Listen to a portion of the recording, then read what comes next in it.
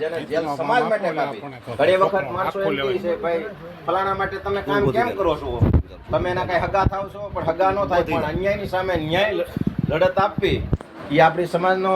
અને કાંતિભાઈ જેવા યોદ્ધાએ નકર સરવિયા કુટુંબ જે કહેવાય ઉનાકાંડ હતો, કાંતિભાઈ વાળા છે એને કાંઈ એવા નતા, પણ સમાજ માટે એક થઈ અને સમાજ એટલે મારો સમાજ, મારો ભાઈ, મારો દીકરો, મારો બાપ, એવી રીતની જે વૃત્તિ રાખીને જે હરમસની માટે લડત આપી રહ્યા છે એવા કાંતિભાઈ વાળાને ખૂબ ખૂબ ધન્યવાદ આપીએ છીએ. સાથે સાથે વસંતભાઈ પણ ગમે તે સબરબંધી હોય તો ન્યાય હોય તો એના ન્યાય માટે સબરબંધી હોય એની સાથે ખંભે ખંભો મિલાવીને આમાં હોકારો આપીને લડત આપે છે.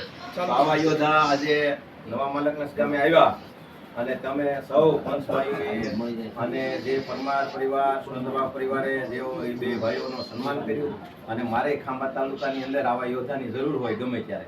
સાથે સાથે મારા બે મિત્રો છે ખરા, હમણાં એક કામમાં અમારે વસંતભાઈ અમે બે સાથે હતા, મેં કીધું ભાઈ જરાક આમાં આવું છે જોજો. ખરેખર એને જોયું કે ભાઈ હું ન્યાય માટે લડું છું અને આવા હાસા માણાની આપણે ખાંભા તાલુકામાં જરૂર છે.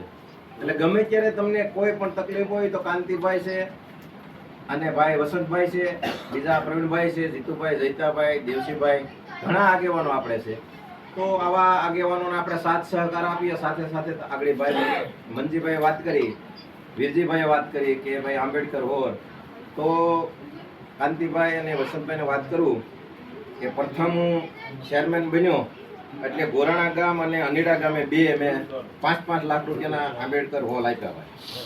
એટલે પછી બીજી સામાન્ય સભા અમારી બેઠી આયોજન એટલે એવું કીધું કે આંબેડકર હોલ ગાઈડલાઈનમાં આપતા નથી હવે, એટલે બે આ કમ્પ્લીટ થઈ ગયા છે ભાઈ. એટલે પછી અમે એને સાંસ્કૃતિક હોલ નામ આપ્યું અને સાંસ્કૃતિક હોલ રાયડી ગામે આપ્યો છે. તમે એ બધે જોયો છે, એક પ્રસંગ બે ત્રણ ત્યાં પતી ગયા છે એટલે ખ્યાલ આવી ગયો છે. અને બીજો મોટા નાના સમડિયાળા બે આપણો જોગદિયા પરિવાર, ત્યાં પણ આપણે એક શેડ આપ્યો છે સાંસ્કૃતિક હોલ. પછી મોટા બારમણ ગામ અહીં દેવસીભાઈ બેઠા છે ત્યાં આપ્યો છે. બીજું કે આપણે મથુરભાઈની જ્યારે હું પ્રમુખ બન્યો મથુરભાઈ મને અહીંયા બોલ્યા પછી કીધું કે અમારે વીરજીભાઈ બે વાત કરી કે અમારે એક શેડની જરૂર છે, ત્યાં આપણે જૂના માલકને પણ એક શેડ આપ્યો છે આંબેડકર સાંસ્કૃતિક હોલ. સાંસ્કૃતિક હોલ અત્યારે આપણે આપીએ, બની જાય પછી આપણે આંબેડકર હોલ નામ આપી શકશું અને એ આપણા માટેનું છે. અનુસૂચિત અજા વિસ્તારમાં જ આપ્યો છે સાહેબ. અને ખાંભા ગામે 5 લાખ રૂપિયાનો એક આંબેડકર હોલ સાંસ્કૃતિક હોલ આપ્યો છે, પણ એ ગાઈડલાઈનમાં આવ્યું નથી, એક્ટિવિટી વિભાગ છે એટલે અત્યારે નામંજૂર થઈને આવ્યો છે, પણ એની આપણે ગમે તે વ્યવસ્થા કરશું. અને અહીંયા પણ આપણે નવા માલકને ગામે સાંસ્કૃતિક હોલ 3.5 લાખ રૂપિયાનો આપ્યો છે. છતાં હજી આયોજન બાકી છે, મારા હાથમાં આવશે આયોજન તો તમને હજી દિવાલ પણ 2-3 લાખ રૂપિયાની પુરુષરક્ષણ દિવાલ પણ આપશું. અને આવો હબ જાળવી રાખો. અને સમાજના યુવાનો એ ખાસ છે, જો કે તમને એમ થાય ભાઈ વારંવાર કે પણ હું મારે કહેવાની ટેવ છે વસંતભાઈની જેમ કે થોડુંક વ્યસન મુક્તિથી દૂર રહી અને આજે જ હું વાંગધ્રા ગામે જામકા ગામે ગયેલો અને 2 આર્મીના દીકરા આર્મીની ટ્રેનિંગ પૂરી કરી આવ્યા. તો આપણા મનમાં એમ થાય કે આપણી એકાદો સમાજનો દીકરો ટ્રેનિંગ પૂરી કરીને આવે તો આપણે વધારે ગૌરવ થાય. એ 2 લોકોમાં હું ત્યાં ગયેલો, આખું ગામ જમણવાર સાથે, આખું ગામ કુલેકા સાથે આવા કાર્યક્રમો. તો આવા વસંતભાઈ અને કાંતિભાઈ આપણી સાથે છે, સમાજ સાથે ઘણું કામ એને કર્યું છે. એના વખાણ કરવાની વાત નથી, કામ કરી બતાવ્યું છે. અને એને કોઈક વાત કરતું હોય પણ એ તો 2-5 જણા એવા હોય, પણ હરમેશની માટે આપણે સમાજનો હપ રાખી અને કામ કરીએ. અને સવર્ણ જ્ઞાતિ આપણે એવું નથી કે બાંધવું જ, એની અરે પણ ભાઈચારો રાખીને આપણે કામ કેમ કાઢવું એની આપણે એક એવી લક હોવી જોઈએ.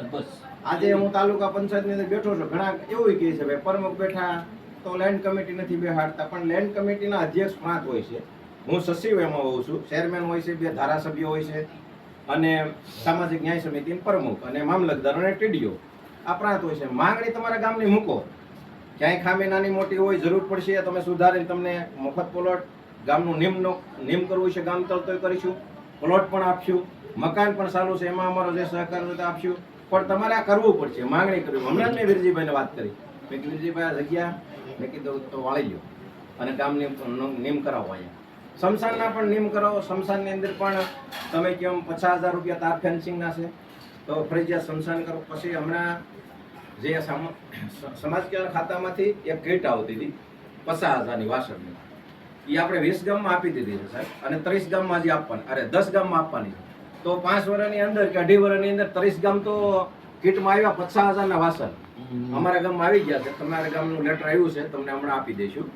એટલે એવા 20 ગામને વાસણની કીટ આપી છે અને 10 ગામમાં આપવાની છે. એ આપણા સામાજિક ન્યાય સમિતિના ચેરમેન કરશનભાઈની ગ્રાન્ટમાંથી આપે. એટલે આવી નાની મોટી ગ્રાન્ટ હોય, માંગણી કરો અને જ્યાં આપણે દેવાલાયક છે, આપણો સમાજ જ્યાં છે ત્યાં આપવાની જ છે. એટલે ઘણી યોજનાઓ છે અને ભાઈઓ લડે છે એ જમીનો માટે, મકાનો માટે, ક્યાંય અત્યાચાર થાય ત્યાંના માટે પણ લડે છે. એટલે અલગ અલગ વિભાગ હોય છે. નાનો માણસ છું, નાનું કામ કરું છું.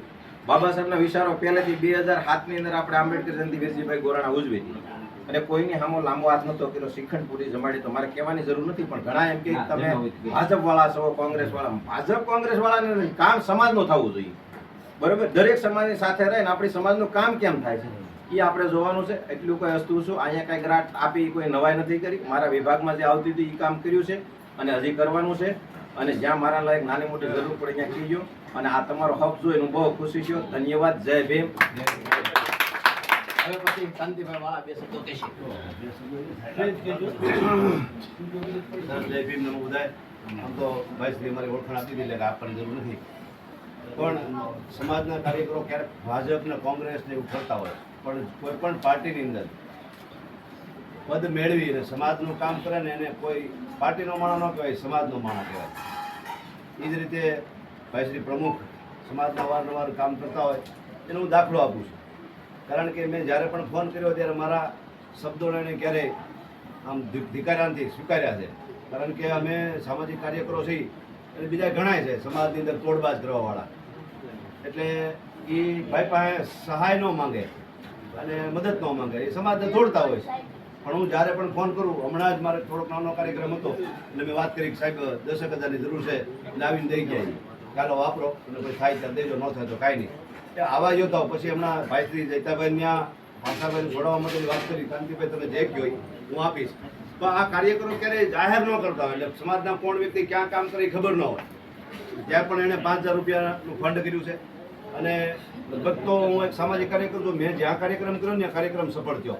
ભાઈશ્રી ત્યાં 1,86,000 રૂપિયા થઈ ગયા. ક્યારે એ સામાજિક કાર્યકરની આગેવાની હારી હોય ને ત્યારે સમજો. મેં લગભગ જેલમાં તો એ પહેલા અને પછી જેલમાં કામ કર્યા છે. લગભગ ભાઈશ્રી એમાં આવ્યા હતા, સાથી મિત્ર છે, આ પણ સાથી મિત્ર છે. જેલની અંદર પણ સમાજ સેવા કરી છે. આ બાજુના ઘણા પણ આવ્યા છે.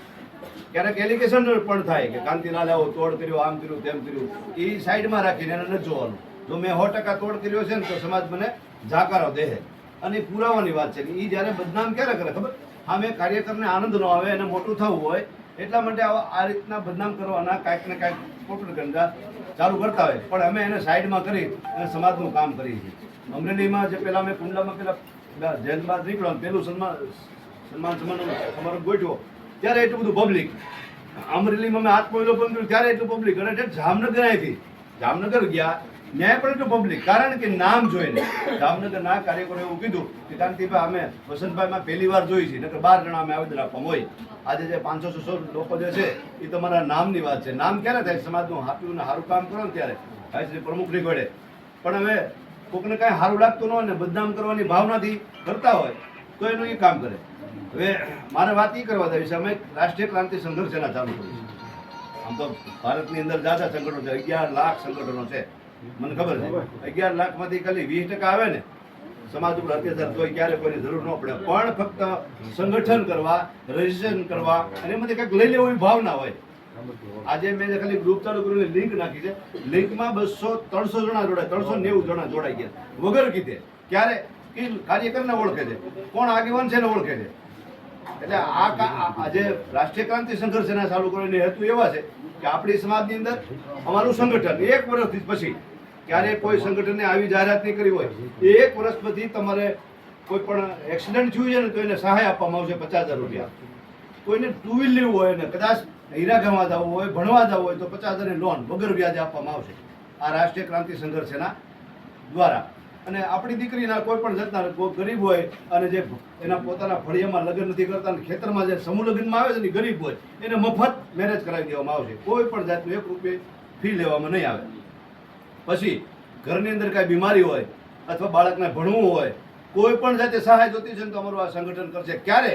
કે આ સંગઠનની અંદર જે વ્યક્તિ જોડાશે એની પાસે દરરોજના 20 રૂપિયા, 5,000 નહીં, 5,000ની તાકાત નથી આપણી સમાજ પાસે, ખાલી 20 રૂપિયા.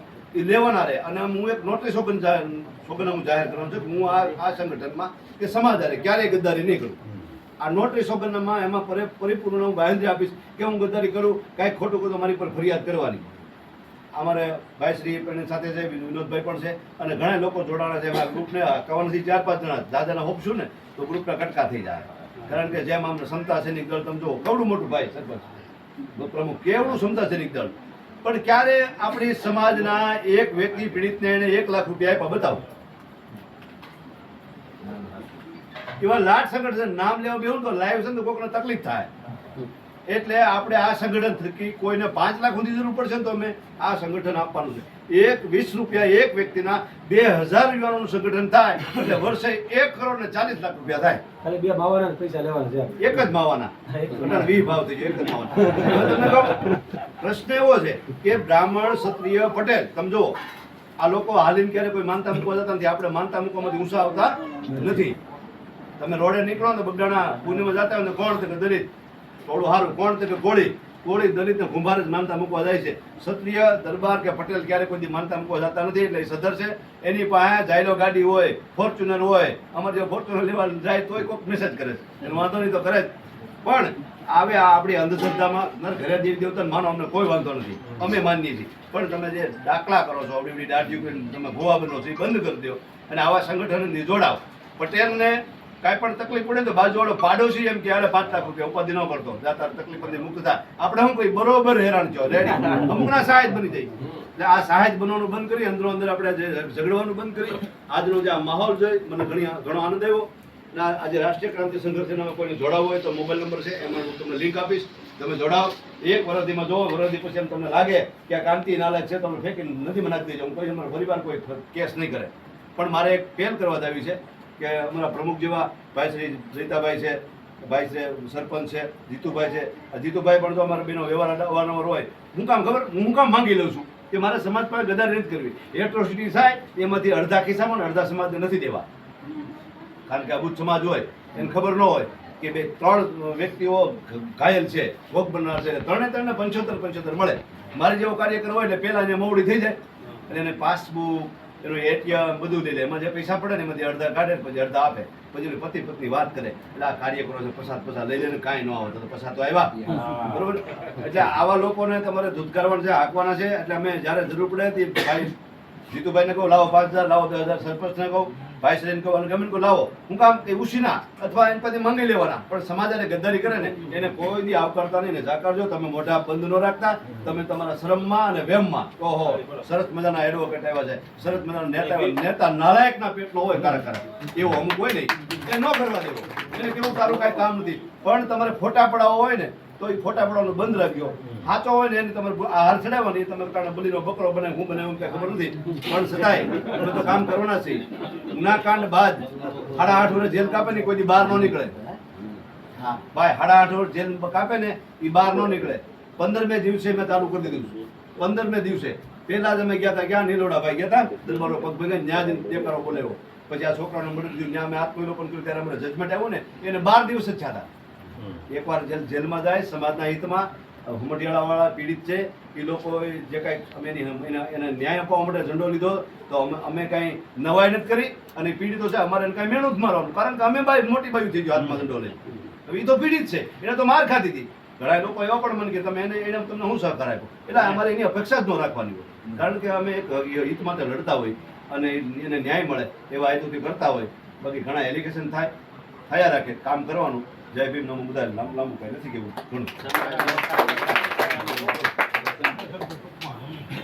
હું મારું તો ટૂંકમાં જોઈએ, આપણને લાંબુ બોલતા જય ભીમ ના જોરથી કઈ ગમલાવી બોલો જય ભીમ. જો કે તમે લોકો લગભગ તો બધા મને સોશિયલ મીડિયાના માધ્યમથી ઓળખો, બરાબર. અને મારી વાણી કેવી કીધું, અહીંયા સીધીને ચોખ્ખી વાત કાંતિભાઈ કીધી. આગેવાનો સમાજમાં બહુ જાજા છે, 95% દલાલો છે. આપણે દલાલોથી બચવાનું. અત્યારે મેં અહીંયા આવ્યા તમે એમને જે એમાં કાંતિભાઈ કીધું ક્યાં બકરા બને ખબર નથી પડતી, આગળ જતા ખબર પડશે. પણ એવા જે બકરાઓ આવે છે ને એને બોલાવીને હલાલ કરી નાખો, કેમ કે એનું કામ છે. સમાજમાં ક્યાંય કોઈ માથે અત્યાચાર થાય એટલે વાટ જોઈને બેઠો હોય. તો હું ક્યારે ત્યાં પહોંચી જાઉં. ત્યાં પહોંચી જવાનું. બીજું કામ એનું એ છે સામેવાળામાં ફળે બેસી જવાનું. હું બેઠો છું થઈ જાય ચિંતા કરતી. પછી આવવાનું પીડિત પરિવાર પાસે, એને કહેવાનું કે ભાઈ સમાધાન કરી લે, વગવાળો માણસ છે, રાજકારણમાં મોટું નામ છે, રૂપિયા છે, કાલ છૂટી જાય. આપણે પછી શું કરવાનું? આવી રીતે બીવડાવી તમને 5-25 રૂપિયાની લાલચ આપવાની. એ 5-25માંથી એવું એનાથી ગણાય એના કદાચ હિસાબ અને થોડા ઘણા તમને દે નવરા કરી દે. અને પછી ગામમાં વાતો શું થાય ખબર? આ નાચ છે ને ખોટી એટ્રોસિટી કરે છે. ઓલા બીડાને લડવું જોઈએ પણ તે દબાવી દીધો અને બીવડાવી દીધો, બરાબર. અને તારો ખિસ્સો ભરે, તારા છોકરાને કે દાડીએ ન જવું પડે એટલે તે સમાજની દલાલી કરી.